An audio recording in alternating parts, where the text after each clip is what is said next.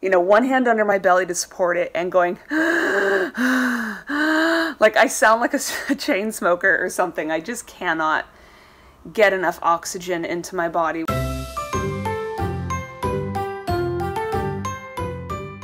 Hey everybody, and welcome back to my channel. If you're new here, my name is Megan and I am documenting my second and final pregnancy.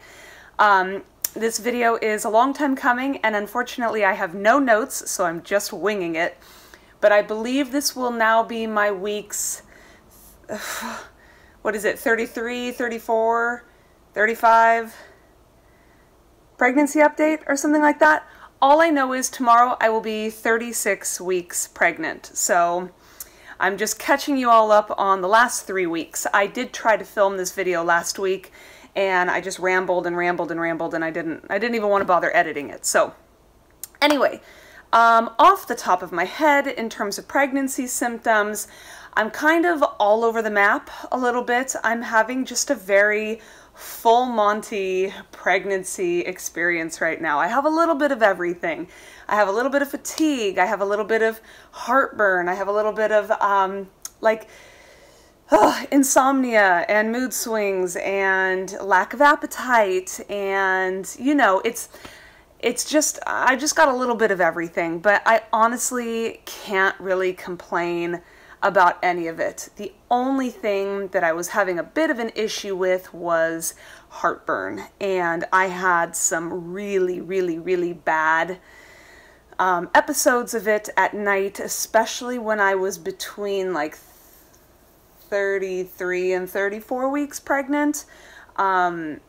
This whole past week, I don't think I've had any heartburn at all, but I did have to resort to taking a drug called omeprazole. I think it's whatever. It's like the European version of Prilosec, I think, or whatever. I did have to take like actual heartburn medication. I was trying to get by with Gaviscon, which I think is like our version of Tums for those of you in the US, and it just wasn't cutting it.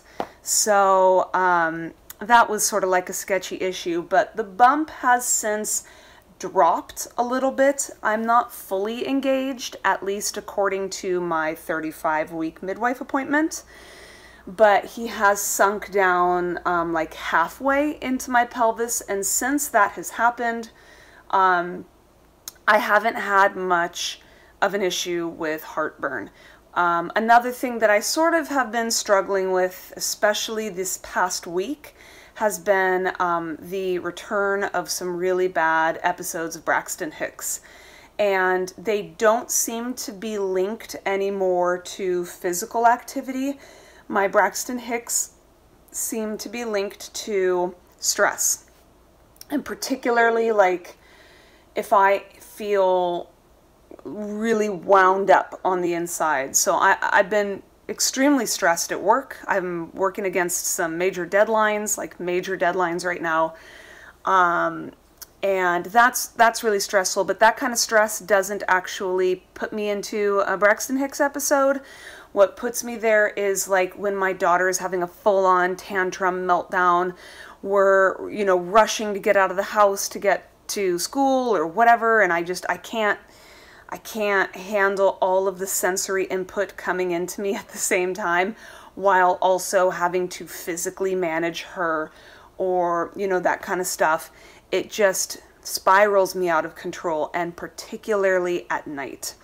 So that's been a little difficult. I've been having to rely on my husband a lot, and he has been such a godsend. And shortness of breath, I've been dealing with quite a bit of that. And let me tell you guys, when you're having like really bad episodes of Braxton Hicks, plus baby is like stretching and doing all these crazy painful movements, and you're having shortness of breath, it is horrible. Like I will be leaning over the countertop, one hand under my belly to support it and going, like I sound like a chain smoker or something. I just cannot get enough oxygen into my body when I have all those things going on. But even still, I really can't complain. I'm not in pain. I'm getting through my days just fine. I'm getting my shit done. I don't feel over it. I'm still very happy with being pregnant and carrying on. I'm so lucky. I have easy pregnancies compared to some of the shit that I see some women go through with like diabetes and hypertension and SPD and like constant cramps and migraines and all this stuff. I don't have any of that. I'm very much able to live a somewhat normal life. My 35-week midwife appointment, which was last week, went really, really well. And I don't know, my blood pressure was 90 over 60, and the baby's heart rate was 150 beats per minute. My measurement, like my uterus measurement, actually dropped a centimeter. So up until this point, my uterus was measuring 1 centimeter less than my gestational week. So for instance, at my 32-week appointment, I was measuring 31 centimeters. And so on and so forth. But this time at my 35-week appointment, I was measuring 33 centimeters. So I've like dropped a centimeter. But that might just be normal for me. With my daughter, the same exact thing happened, except I dropped 2 centimeters. So I was like always tracking 1 centimeter behind, and then all of a sudden I was tracking 3 centimeters behind. And knowing what I know now, I probably would have Googled the crap out of that and started asking questions like, oh my gosh, do I have like intrauterine growth restriction? And what is going on? Is my placenta failing? What is happening? Why is my baby, or my uterus at least, measuring smaller? And all those like crazy thoughts. But I didn't know better, and no one said there was a problem with anything, and so I just carried on with my pregnancy. And she was a smaller baby when she was born, but I just never asked questions. But now that my fundal height is measuring a little bit smaller, now I'm like, oh God, what if at my 37-week appointment it drops again? You know, should I worry? Should I not? But anyway, everything seems to be going well, and my baby is kicking up a storm all day long, and I love it. I think it's the best thing ever. Let's see, what other metrics were measured? That's right, she said that the baby was still in the same position he's been my whole pregnancy, which is head down, facing diagonally toward my right hip. So his positioning is still left, occiput, anterior, LOA, which apparently is a really like a decent position for him to be in. We also talked a lot about breastfeeding and how I have all kinds of like concerns about that because it did not go well with my daughter, and I really want like this redemptive experience this time.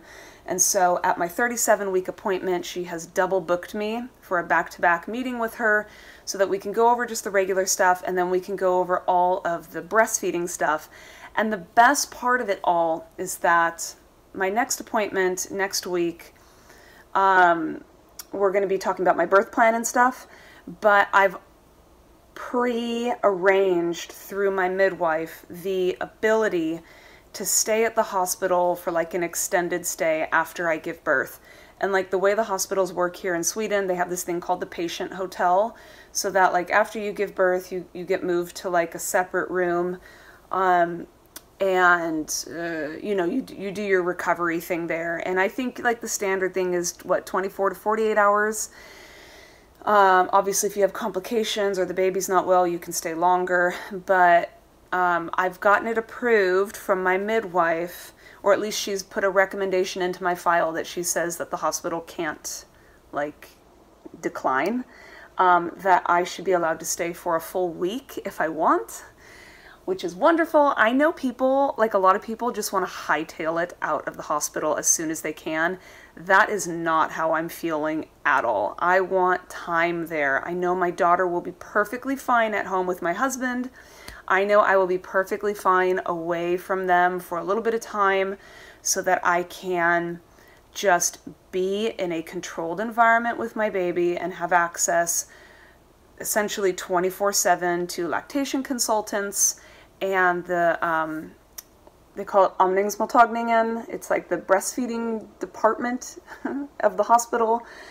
And I will have access to nurses, and I want to make sure that I'm getting my latching properly, that I'm doing what I can to feed my baby properly, and if I'm having issues, they will be there on hand to look and see maybe if there are ties or if there's something I can be doing differently or whatever, because it was, my pregnancy and delivery of my daughter was amazing, best experience of my life, but the aftermath was, I would probably say, borderline traumatic for me, and I really think it fed into my postpartum depression. So I just want to avoid all of the weight loss and stress and anxiety that I feel like I went through with her after she was born. So I'm very, very, very relieved and happy and excited that I am being given the opportunity to stay a little bit longer and just have access to professionals and one-on-one time so that I can really like start this new motherhood journey on the right foot. So that's awesome. So that's my midwife appointment. Those were my symptoms. I don't really think I have much else to talk about. I'm feeling this very weird clash of feelings now that I am toward this like final segment of my pregnancy. On the one hand, like I wake up in the middle of the night absolutely giddy and so excited and just like beside myself with how much I'm looking forward to having a baby and going through all the things again. I never felt that way with my daughter. I'm mostly just stressed and worried about what's the exhaustion going to be like? How is my identity going to change? How am I going to cope with all of these life changes and lifestyle changes? And I really loathed the idea of new motherhood. But I've been through it all and I've survived it and I've changed, and now I'm so looking forward to just going through it again, knowing it's my last time, but also just actually enjoying it and not trying to rush through everything. So I'm super excited, and whenever I have insomnia and I wake up, I just lull myself back to sleep by like meditating on these things and just trying to internalize all of the good and positive things I'm looking forward to, instead of like any kind of anxieties or fears I might have about the upcoming near future. But on the other hand, again, like just like with my daughter, I'm going through this sort of stage of grief and nostalgia already over this pregnancy. Just knowing that this is the last time in my life I will ever go through any of this. I will ever be able to experience baby kicks all day and, you know, seeing my body change and, you know, going to these doctor's appointments and, you know, just feeling special in a way. There's something so amazing about carrying life and just knowing you're this vessel. You're like a Russian doll. You're two people in one. It's such a crazy experience, and to be able to live it and to look down and see it and feel it and dream about all the things before they happen. It's such a beautiful experience, and it's something that I've never taken for granted, and I absolutely love being pregnant. So, you know, knowing that we're now at 36 weeks and truly like baby could genuinely come anytime between now and like 6 weeks from now. It's so exciting, but yet I already feel a longing in my heart knowing that it's going to be over so soon. Ugh. So that's where I'm at right now in my pregnancy. Everything is going good though. So this video is already 16 minutes long, so I'm going to go quickly through my hospital bag. I have several bags that I'm bringing to the hospital, but I'm not actually bringing out of the car. I'm going to be leaving a lot of things in the trunk just in case. So I have packed a bag for myself, which will be coming into the hospital with us. I also have just a small tote bag, which I'm calling my media bag, which I will be bringing into the hospital with me when we arrive. And in that bag, I've got some LED candles. I have a strand of Christmas lights. I'm gonna have my oil diffuser and like some charging cables and like an extension cord. And also an extra iPod loaded with my L&D playlists so that I'm not burning through my phone. I just have like one iPod just strictly for music. But I have sort of this vision, if everything goes the way I would like it to, of creating a sort of ambiance in the hospital room. Depending on how things go, I'd really like to just turn out all the lights and draw the blinds, make the room very, very dark, and just have my little LED lights and my strand of like twinkling Christmas lights to provide a little bit of lighting. But I would really like to just labor in the dark and, you know, just dig myself very deep inside somewhere in my head and block out a lot of the sensory input that can come in if you've got like the shades open and these bright sterile hospital lights shining on you and stuff. And the oil diffuser, I just think it would be really nice. I've been using clove oil throughout my pregnancy, mostly because it makes our house smell very fall-like and I love it, but I've sort of like associated that smell with feelings of like happiness and, you know, coziness and stuff like that. So I'd like to bring that with me. Yeah, so anyway, so that's going to be in the media bag, and then I've got my hospital bag, but I've also packed a bag for my husband, which we will leave in the car. He can bring it out if he ends up staying the night with me, or if he ends up staying several days. I've got enough stuff packed in there for him. And then we have the baby's diaper bag, which has, of course, like all of its clothing and diapers and certain breastfeeding needs I might have. Certain postpartum care items, like I'm bringing Dermaplast and some pain relief and some stool softeners, that kind of stuff that I know our hospital won't provide. But I don't need that when we're going into actual labor and delivery, so that will stay in the car. And I have,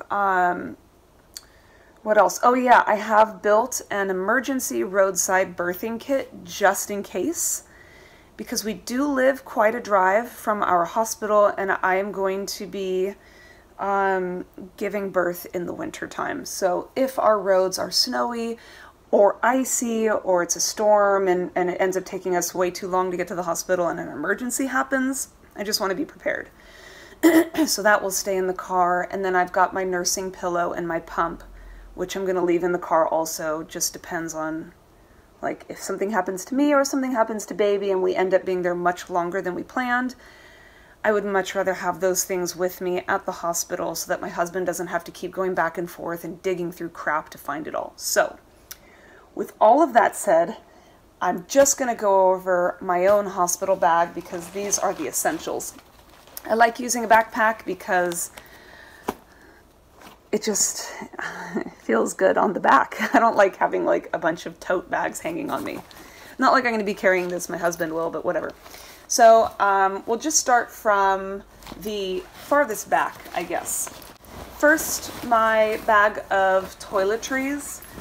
Now again, I know certain hospitals in different countries provide different things for people. I know from my experience delivering before what my hospital does and doesn't provide, so that is why I have packed what I have. But in my toiletries bag, I have, you know, my hairbrush, I've got loofahs, I have a razor, I have my contacts and my contact lens kit, I have toothbrush, toothpaste, and then I have all of these perfume-free, unscented toiletries like shower gel, conditioner, body wash, and deodorant. And I choose unscented because they say you don't want to overwhelm a newborn baby with all these like foreign smells. You just want them to be able to smell your natural scent. It's better for bonding and that kind of stuff. And it's just much less offensive to their fresh little noses. So I have just all unscented of everything, but just basic toiletries so that I can take a shower anytime I want and just feel fresh and clean and have my own products that I like. And I'm not using like hospital rags or using my hands as wash rags. You know, I have I have everything I need. I'm also bringing my own towel because based off of experience, my hospital didn't have them. Or like, I think I had one, but it was more of a hand towel size and just not conducive for like drying off my body and drying off my hair and stuff. And then I have the outfit, not that I plan to labor in, but that I can labor in if I want. This is missing one piece. But I have these indoor like foam washable shoes. I know a lot of people like slippers, but I always think to myself, what if my water breaks and just like breaks all over my slippers or socks or things like that? You know, that's just gross and soggy, and then they're ruined. And so I like the foam ones because you can easily just wipe them down. I have a pair of compression socks in case those come in handy. Haven't needed them so far.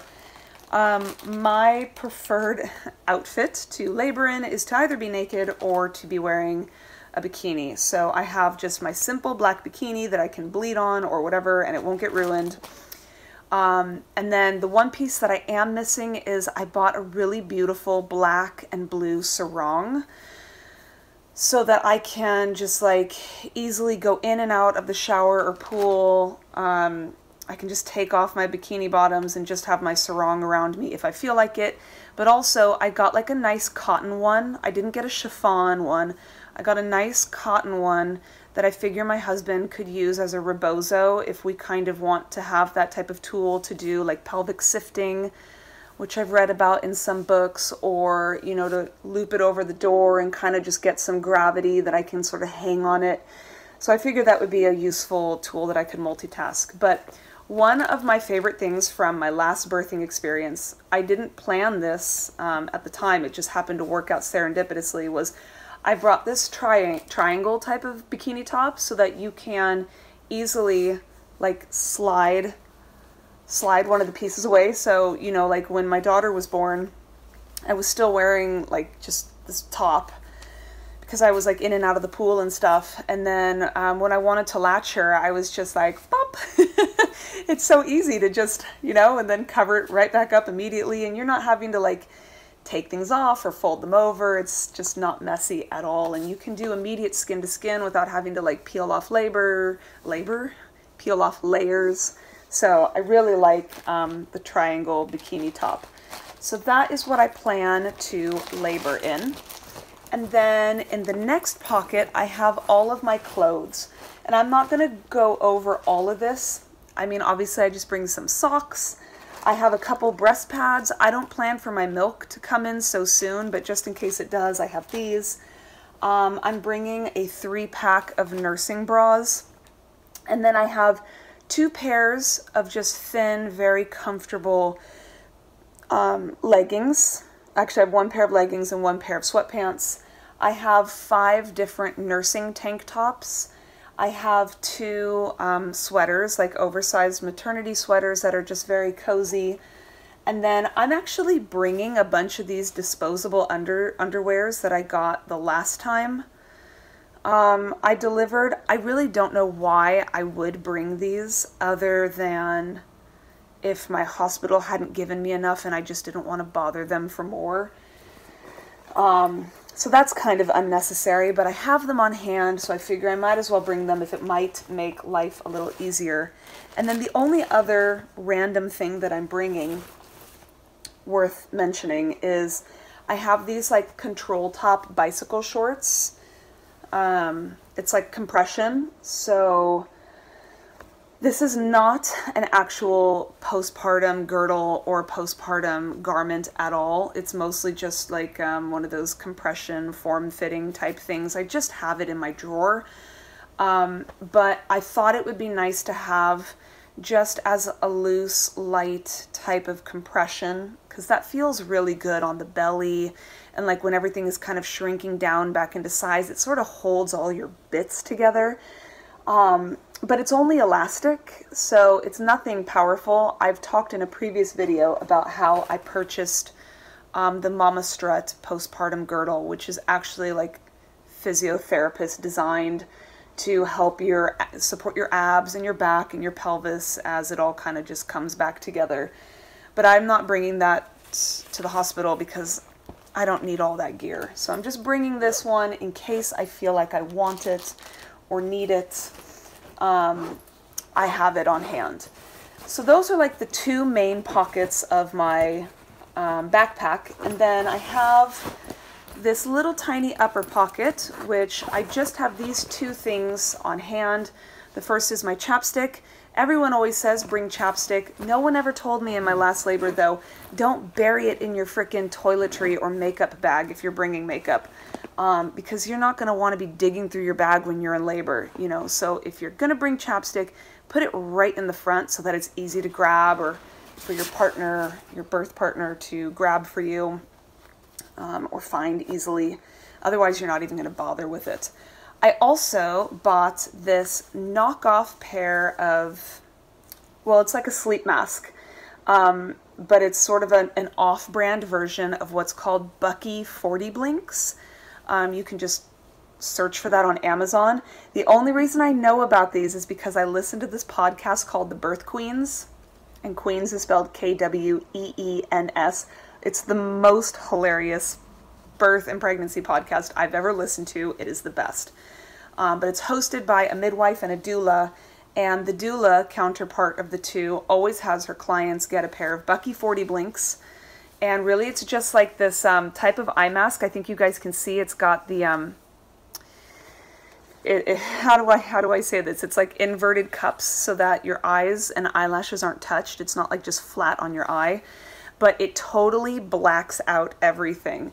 And it's been scientifically proven that labor progresses much better when you are in a dark place. So maybe it has to do with relaxation or oxytocin release or whatever, but she always has her clients get a pair of blackout eye masks so that if it's really light out or it's distracting or whatever, you can just slap those on and create instantly a dark environment for yourself. So I thought that would be nice to have. And then lastly, I have this front pocket, which is just snacks. So I have a bunch of my favorite protein bars and some coconut waters. And then I also plan on bringing some more coconut water and maybe like homemade bone broth in the car on the way, just to stay hydrated during labor and delivery. But that is my bag. I've got my toiletries, I've got my labor and delivery outfit, I've got clothes to change into, multiple pairs because I do plan on staying a week or up to a week at the hospital, some snacks, and some little bits and bobs to help me during my labor. I also didn't mention that in my media bag, I'm bringing also a heating pad, our TENS machine, and this small peanut-sized massaging ball. It's kind of like, it's like foam, and it looks like a peanut, and it's great because it will straddle your spinal column, so you can like roll it up against both sides of your spinal column to get some good massage in there. So I'm bringing those things so that my husband and I have some pain relief tools if we feel like we need them. Chances are, though, that I'll probably not end up bringing the TENS machine with me because as I've researched it, it's really only good for early labor, and my goal is to spend as much time at home as possible before we go to the hospital because I do not want to tempt myself at all with getting an epidural. My plan is to not do the epidural.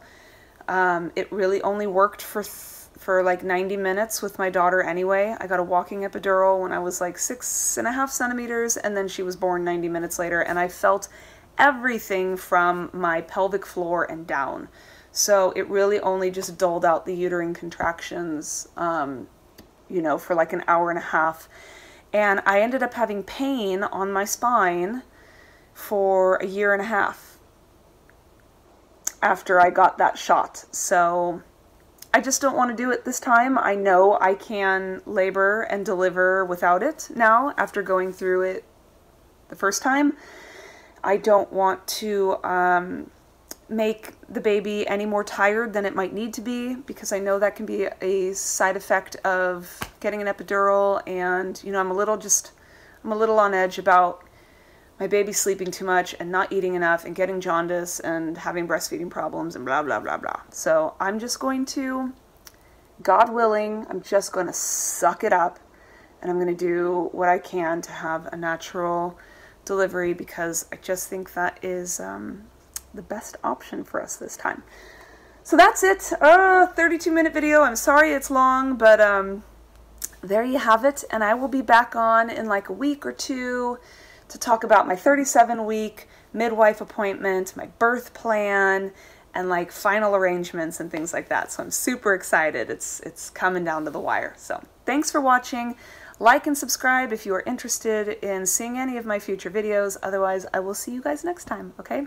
Bye.